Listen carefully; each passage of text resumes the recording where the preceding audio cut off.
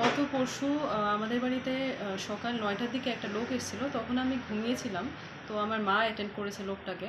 তো লোকটা একটা প্রেসক্রিপশন হাতে নিয়ে এসেছিল। মাকে জিজ্ঞেস করছিল যে এরকম অমুক নামের ডাক্তারকে চিনেন নাকি? মা বলেছে না, আপনি চলে যান, এখন আমরা তো চিনি না। তো এরপর কিছুক্ষণ পরে মা উপর থেকে লক্ষ্য করছিল যে লোকটা বেরোচ্ছে না। তো মা আবার নিচে নেমে দেখলো। ততক্ষণে আমাদের বাড়িতে ঘরের ভিতরে লোকটা ঢুকে অলরেডি চুরি করে নিয়েছে। হ্যাঁ, এরপর মা যখন লোকটা আবার নিচে নামছিল, মার সাথে কথা হয়েছে।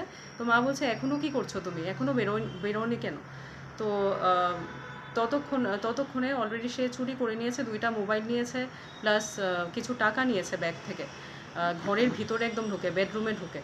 তো এরপর আমরা এটা সিসিটিভি ফুটেজে দেখি। আমাদের 9টা সিসিটিভি ক্যামেরা আছে বাড়িতে, ডিফারেন্ট অ্যাঙ্গেলসে চোরের চেহারাও ক্লিয়ারলি দেখা যাচ্ছে। তো সিসিটিভি ফুটেজ নিয়ে আমরা এনসিসি মানে নিউ ক্যাপিটাল কমপ্লেক্স থানাতে